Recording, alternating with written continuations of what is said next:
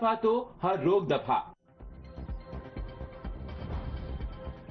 देहरादून में कुंभ तैयारियों पर मुख्यमंत्री पुष्कर सिंह धामी सख्त। 31 अक्टूबर तक काम होगा पूरा, पुलों का हो रहा ऑडिट, घाटों का सौंदर्यीकरण। देहरादून में राष्ट्रीय संगोष्ठी में पहुंचे मुख्यमंत्री पुष्कर सिंह धामी। इस दौरान सीएम धामी ने कहा कि सीमांत क्षेत्रों पर सरकार का फोकस है।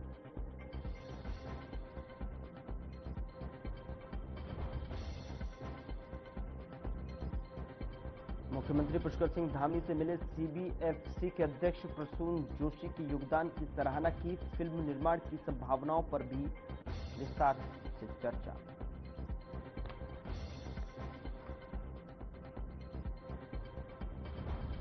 अंकिता हत्याकांड में महापंचायत आयोजित। बीजेपी अध्यक्ष महेंद्र भट्ट ने दी प्रतिक्रिया, कहा सभी सीबीआई जांच की कर रहे हैं मांग।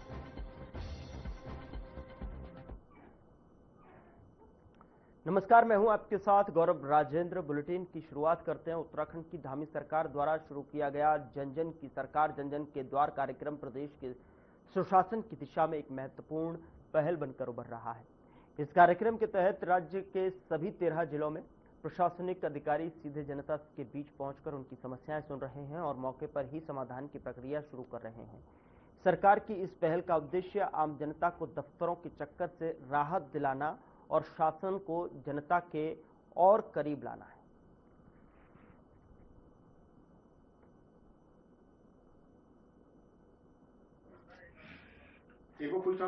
और प्रत्येक न्याय पंचायत स्तर पर ये जन जन के द्वार जन जन की सरकार का जो कार्यक्रम हो रहा है, इसका बहुत अच्छा बड़ा अच्छा इसका परिणाम भी देखने को मिल रहा है।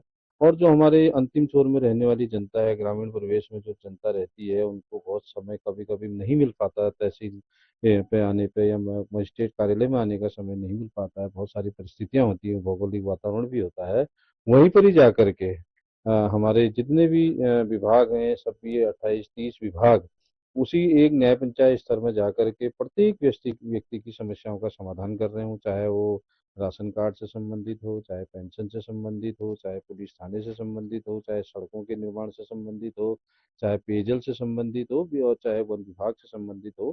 क्योंकि वहाँ पर तात्कालिक स्तर पर और समाज कल्याण विभाग द्वारा भी उसकी क्वालिटी बढ़ा दो यार, ये नहीं हो पा रहा है।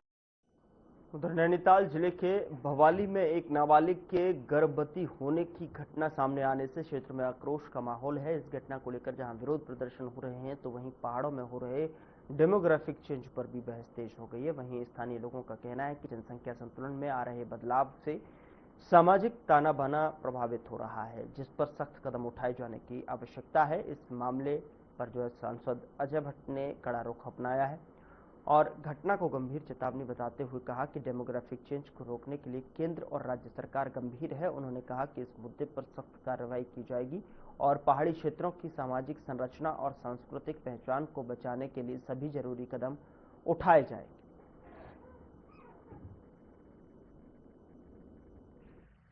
घटना है, जिस तरह से भवाली का केस हुआ है अभी मेरी लोकसभा में, इस तरह से कई जगह केसेज हो रहे हैं। तो उसके लिए हमारी सरकार ने काफी मेहनत करी है, डेमोग्राफी चेंज ना हो, और वास्तव में होनी भी नहीं चाहिए। कहीं पर हम मस्जिद बना दे रहे हैं, कहीं पर हम मंदिर बना दे रहे हैं, कहीं पर हम गिरजाघर बना दे रहे हैं। ये without permission of the government नहीं होना चाहिए, ये अवैध होती है। तो उस पर हमारी सरकार ने युक्ति युक्त सम्मत जो कदम उठाए हैं वो काबिले तारीफ हैं, और जो डेमोग्राफी चेंज हो रही है वो दुखद है, उसे रोका जाना चाहिए। ये देश में ही रुकेगी, मुझे ये पूरा भरोसा है। देश जागृत हो गया है। एसआईआर भी अब जो आ रही है, एसआईआर जितने भी धार्मिक स्थल है तथा विश्व के। उत्तराखंड में कांग्रेस 16 फरवरी को देहरादून में राजभवन घेराव करने जा रही है। हल्द्वानी से कांग्रेस विधायक सुमित हृदयेश ने दावा किया है कि इस प्रदर्शन में भारी संख्या में कार्यकर्ता शामिल होंगे। तो वहीं आपको बता दें कि कांग्रेस सरकार पर अफसरशाही, बेरोजगारी, महंगाई और कानून व्यवस्था को लेकर निशाना साध रही है। विधायक ने कहा कि घेराव शांतिपूर्ण होगा, लेकिन सरकार को जनता के गुस्से का संदेश देगा।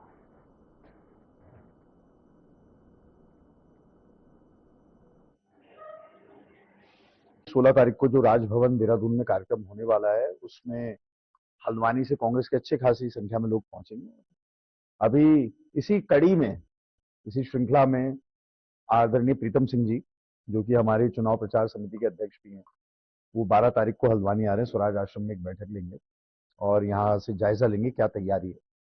और बहुत अच्छी संख्या में देहरादून में उस दिन प्रदर्शन होने वाला है। नेता प्रतिपक्ष जी ने भी कल एक बैठक ली थी स्वराज आश्रम में, और उससे पहले हम लोगों ने भी बैठक कर ली है। तो हमने एक अच्छी तादाद यहाँ पे सुनिश्चित करी है। देखिए, प्रदेश व्यापी समस्याएं इतनी हैं, और ये केवल नारे नहीं है या केवल एक निंदा प्रस्ताव नहीं है।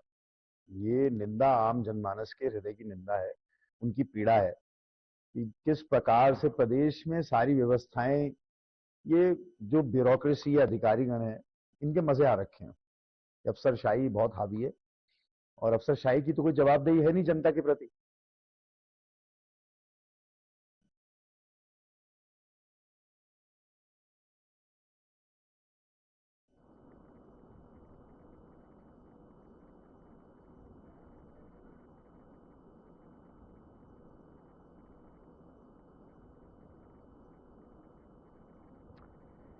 उधर देहरादून के कारगी कूड़ा डंपिंग यार्ड से फैल रही बदबू और प्रदूषण को लेकर महिला कांग्रेस ने नगर निगम में प्रदर्शन किया और प्रदेश अध्यक्ष ज्योति रौतेला ने कार्यकर्ताओं के साथ निगम परिसर में कूड़ा रखकर विरोध जताया। उन्होंने धर्मपुर क्षेत्र के लोगों को राहत देने की मांग की। वहीं मेयर सौरभ थपलियाल ने कहा कि शहर की सफाई व्यवस्था को लेकर निगम पूरी तरह से सतर्क है।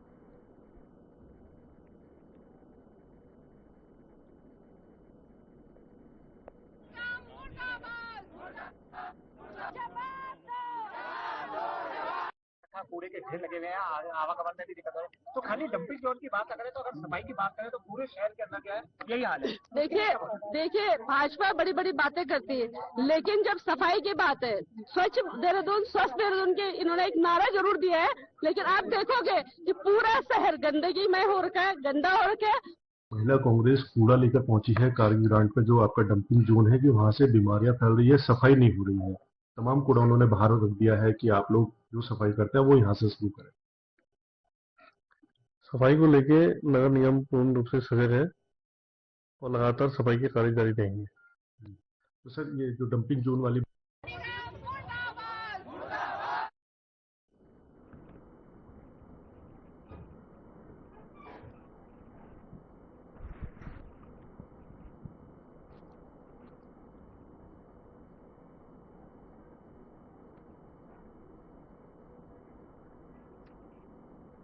नगर निगम देहरादून में महिला कांग्रेस कार्यकर्ताओं ने जोरदार प्रदर्शन किया, जिसमें बड़ी संख्या में महिला कार्यकर्ताओं ने नगर निगम के खिलाफ मुरादाबाद के नारे लगाए। कारगी क्षेत्र से कूड़ा शिफ्ट करने की मांग कर रही थीं और वहीं प्रदर्शनकारियों का कहना है कि कूड़े के ढेर से क्षेत्र में गंदगी, बदबू और स्वास्थ्य संबंधी समस्याएं बढ़ रही हैं, जिससे स्थानीय लोगों को भारी परेशानी का सामना करना पड़ रहा है। महिला कांग्रेस ने नगर निगम से जल्द समाधान न होने पर आंदोलन तेज करने की चेतावनी दी है।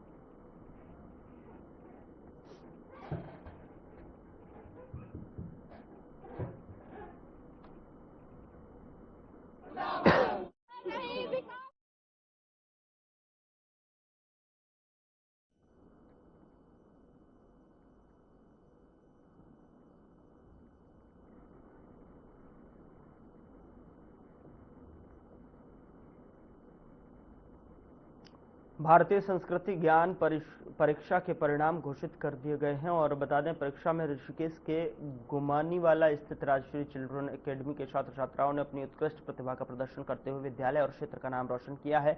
इस वर्ष प्रदेश भर से लगभग 86,204 विद्यार्थियों ने परीक्षा में भाग लिया था, जिसमें अकेले देहरादून जनपद से 13,500 छात्र शामिल हुए। कड़े मुकाबले के बीच में राजश्री चिल्ड्रन एकेडमी ने जनपद के टॉप स्कूलों में तीसरा स्थान प्राप्त कर अपनी शैक्षणिक गुणवत्ता को साबित कर दिया।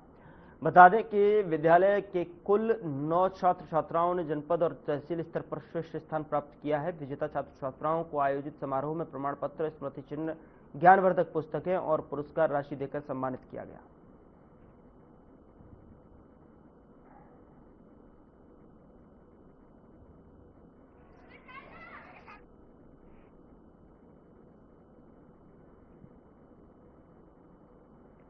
मंगलौर में कांग्रेस ने मुख्यमंत्री पुष्कर सिंह धामी के हालिया बयान पर पलटवार किया। कांग्रेस के राष्ट्रीय सचिव काजी निजामुद्दीन ने आरोप लगाया कि प्रदेश सरकार जनता को गुमराह कर रही है। इस दौरान उन्होंने कहा कि उत्तराखंड सरकार भ्रष्टाचार, बेरोजगारी, महिला सुरक्षा और विकास कार्यों में पूरी तरह विफल रही है। विकास कार्यों के नाम पर केवल खानापूर्ति की जा रही है और भाजपा के अपने विधायक एवं मंत्री भी इसकी पोल खोल रहे हैं। काजी निजामुद्दीन ने चेताया कि जनता अब जुमलों की सरकार को जान चुकी है और आगामी विधानसभा चुनाव में भाजपा को इसका जवाब देना होगा।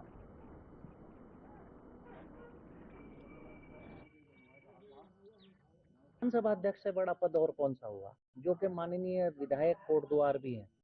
उनको अगर अधिकारियों को बुलाकर धमकाना पड़ रहा है, वीडियो बनाकर अपनी फेसबुक पर और पब्लिक में आ रही है, पब्लिक डोमेन में उनकी वीडियो के अधिकारियों को धमका रही हैं कि आप समय से काम नहीं पूरा करते। सरकार सही चल रही है तो फिर माननीय विधानसभा अध्यक्ष को क्यों अधिकारियों को डांटना पड़ रहा है? अगर सरकार सही चल रही है तो फिर भारतीय जनता पार्टी के वरिष्ठतम विधायकों में से एक बंशीधर भगत जी को धरना क्यों देना पड़ रहा है, जो भारतीय जनता पार्टी के पूर्व मंत्री भी हैं और प्रदेश अध्यक्ष भी रहे हैं? भारतीय जनता पार्टी के नेता क्यों कह रहे हैं कि सैकड़ों लाशें आज भी आपदाग्रस्त क्षेत्रों में दबी हुई हैं? कोटद्वार में बाबा शब्द को लेकर उत्पन्न विवाद के बाद बने तनावपूर्ण हालात अब सामान्य हो गए हैं। शहर में अभी भी पुलिस फोर्स जो है तैनात है। आपको बता दें कि बाजार सामान्य रूप से खुले हैं और जनजीवन प्रभावित नहीं है। सोशल मीडिया पर कुछ पत्रकारों और यूट्यूबर्स द्वारा भड़काऊ पोस्ट डालकर माहौल बिगाड़ने की कोशिश की गई थी। पुलिस प्रशासन ने तत्परता दिखाते हुए स्थिति पर नियंत्रण पाया और स्थानीय लोगों ने पुलिस की इस जिम्मेदारी कार्रवाई की सराहना की है। महेंद्रपाल सिंह रावत और ताजुद्दीन इदरसी मुतल्लवी ने भी शांति बनाए रखने और अफवाहों से दूर रहने की अपील की है।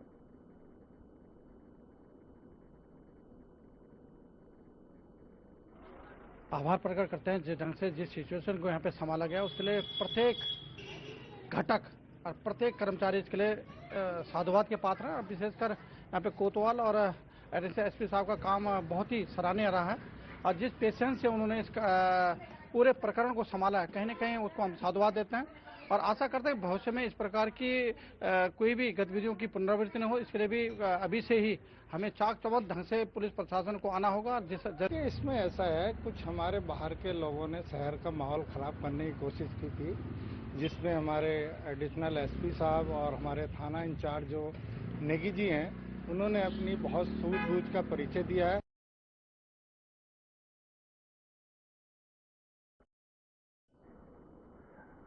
वन भूमि प्रकरण में आरटीआई से मिले दस्तावेजों ने नया मोड़ सामने ला दिया है। समाजसेवी चंद्रभूषण शर्मा ने प्रेस वार्ता में बताया कि 31 दिसंबर 2025 को 17 बिंदुओं पर जानकारी मांगी गई थी। प्राप्त दस्तावेजों के अनुसार 7 फरवरी 1927 को ब्रिटिश काल में यह भूमि आरक्षित वन से हटाई जा चुकी थी। इससे पहले 12 दिसंबर 1910 को इसे वन विभाग में शामिल किया गया था। आरटीआई से यह भी पता चला कि वन विभाग के पास मीराबेन की दी गई कथित लीज का कोई आधिकारिक रिकॉर्ड ही नहीं। शर्मा ने स्थानीय निवासियों से एकजुट होकर कानूनी लड़ाई लड़ने की अपील की।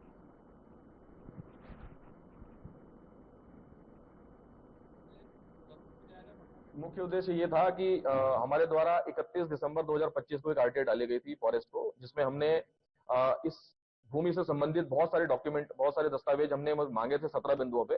तो उसमें से एक दस्तावेज हमें आज जो प्राप्त हुआ है वो ये है कि 7 फरवरी 1927 को इस भूमि को जो ब्रिटिश कॉलोनियल स्टेट के टाइम पे इसको आरक्षित वन भूमि के श्रेणी से हटा दिया गया था और ये भूमि 12 दिसंबर 1910 को ये भूमि को इन्होंने सम्मिलित किया था और 1927 में हटा दिया गया। जब 1927 में हटा दिया गया तो फिर ये सारा इस पे वन विभाग कैसे क्लेम कर रहा है कि ये भूमि हमारी है और इस पर इतनी सारी जो कार्रवाइयां हो रही है वो किस आधार पे हो रही है। तो ये समाज तक ये बात पहुंचे, दस्तावेज हमारे पास उपलब्ध है, इसीलिए आज ये प्रेस वार्ता हमने रखी। जो 1895 में जारी हुआ और उन्होंने ये दिखाया कि ये जमीन को उन्होंने जो कि कार्यप्रणाली उत्तराखंड में मतदाता सूची को और अधिक सशक्त और समावेशी बनाने के उद्देश्य से निर्वाचन आयोग ने विशेष अभियान चलाया। बता दें कि राज्य में महिलाओं की संख्या मतदाता सूची में 50% से अधिक होने और युवा वर्ग की मजबूत भागीदारी को देखते हुए यह पहल की गई है। तो वहीं इस अभियान के तहत 1 फरवरी से 15 फरवरी के बीच में बूथ लेवल ऑफिसर्स अपने अपने बूथ क्षेत्रों में जाकर विशेष रूप से महिलाओं और युवा मतदाताओं से संपर्क स्थापित करें।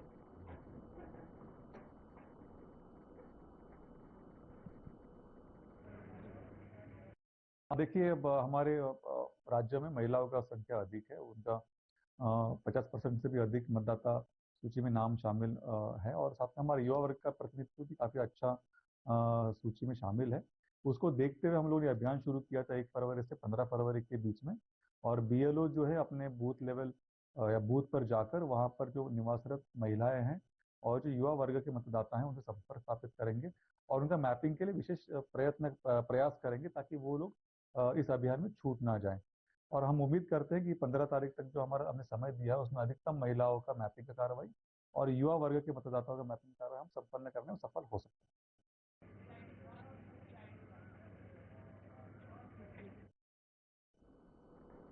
उत्तराखंड में वनाग्नि की रोकथाम के लिए वन विभाग पूरी तरह से मुस्तैद है, जिस पर जानकारी देते हुए मुख्य वन संरक्षक सुशांत कुमार पटनायक ने बताया कि विभाग ने 1438 क्रू स्टेशन बनाए हैं और फायर वाउचर के लिए इंश्योरेंस की योजना बनाई जा रही है। साथ ही इस दौरान प्रदेश में 13,000 किलोमीटर फायर लाइन की सफाई भी की जा रही है।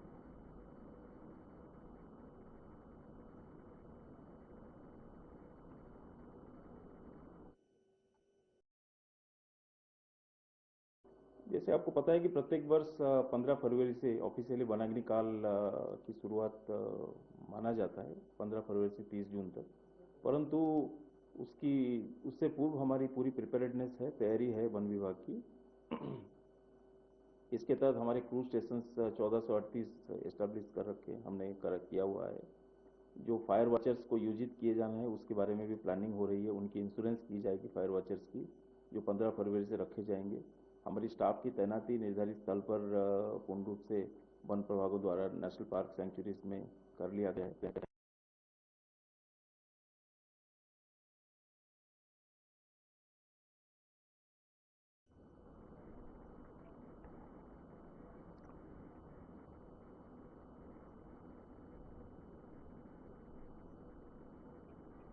प्रत्येक वर्ष 15 फरवरी से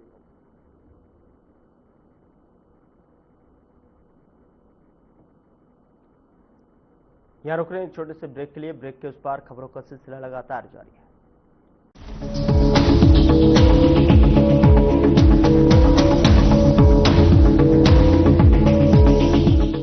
क्या आप दुबले पतले कमजोर हैं? आपकी सेहत नहीं बनती, भूख कम लगती है, वजन नहीं बढ़ता? दरअसल मेन बात खाना पीना खाना नहीं है, मेन बात है खाया पिया लगना। और अगर खाया पिया लगेगा ही नहीं तो आपकी सेहत बनेगी कैसे? इसलिए हमारी संस्था सन्यासी आयुर्वेदा ने एक ऐसी दवा का निर्माण किया है जो कि आपके लिवर, आपके पाचन तंत्र को दुरुस्त करने का काम करती है, ताकि आप जो भी खाएं उसका पूरे का पूरा निचोड़ आपके शरीर को लगे, आपकी भूख बढ़े, खाया पिया सही से लगे, नया खून बने, हड्डियों में जान आए, वजन बढ़े और आप मोटे तगड़े खूबसूरत पर्सनैलिटी के मालिक बन जाए। सिर्फ 655 रुपए की पूरे 1 महीने की दवा होती है और आप इसे घर बैठे 01145454545 पर फोन करके दवा मंगवा सकते हैं। अब भी मजा आएगा ना वीडियो। पेट दफा, रोग दफा, सबको पता, फिर तुझको नहीं क्यों पता? अरे पेट दफा, हर रोग दफा, एक ही जगह।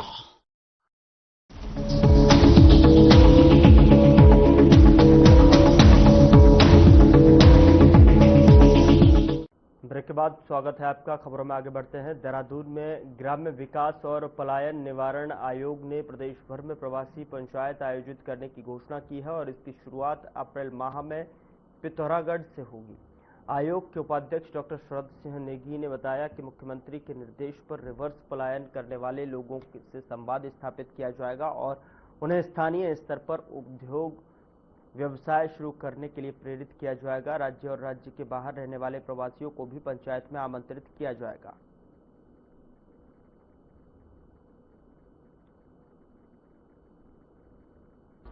कोविड के बाद जो रिवर्स पलायन देखा और कोविड से बाद भी और आज तक भी लोग वापस लौट रहे हैं। अब 19 दिसंबर को एक बैठक हुई थी, माननीय मुख्यमंत्री जी ने उसमें निर्देशित किया है कि इस वर्ष प्रदेश के विभिन्न जनपदों में प्रवासी पंचायत होंगी। तो इसमें जो लोग गांव छोड़ के चले गए हैं, चाहे वो प्रदेश के अन्य शहरों में रह रहे हैं, चाहे प्रदेश के बाहर शहरों में रह रहे हैं, उनको आमंत्रित किया जाएगा और उनको जो है हम प्रेरित करेंगे कि वो रिवर्स पलायन करके अपने गांव में उद्यमिता स्थापित करें।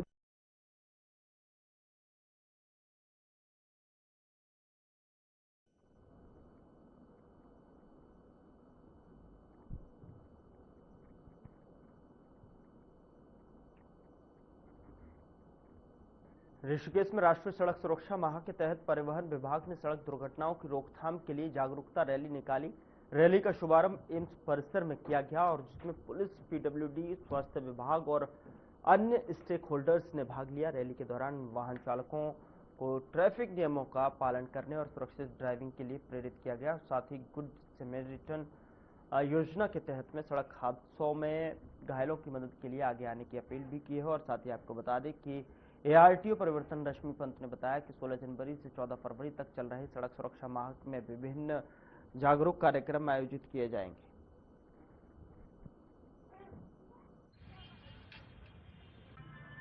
जैसे कि आप लोग परिचित हैं, इस समय हमारा जो विभाग है वो सड़क सुरक्षा माह मना रहा है 14 फरवरी तक। तो हम लोग लगातार इस तरह के कार्यक्रम आयोजित कर रहे हैं। आज का कार्यक्रम इसलिए विशेष रूप से महत्वपूर्ण है क्योंकि आज के इस कार्यक्रम में हमारे जो सड़क सुरक्षा समिति है उसके सारे स्टेक होल्डर डिपार्टमेंट उपस्थित है। एम्स ऋषिकेश हमारे राज्य में सड़क सुरक्षा का सबसे बड़ा हितधारक संस्थान है। तो एम्स ऋषिकेश द्वारा आज इस कार्यक्रम में हरी झंडी दिखाई गई है। इसके अलावा परिवहन विभाग, पुलिस विभाग, लोक निर्माण विभाग, NHAI और 108 की जो वाहन है और उनके जो स्टेक होल्डर्स हैं वो भी इस रैली में शामिल है।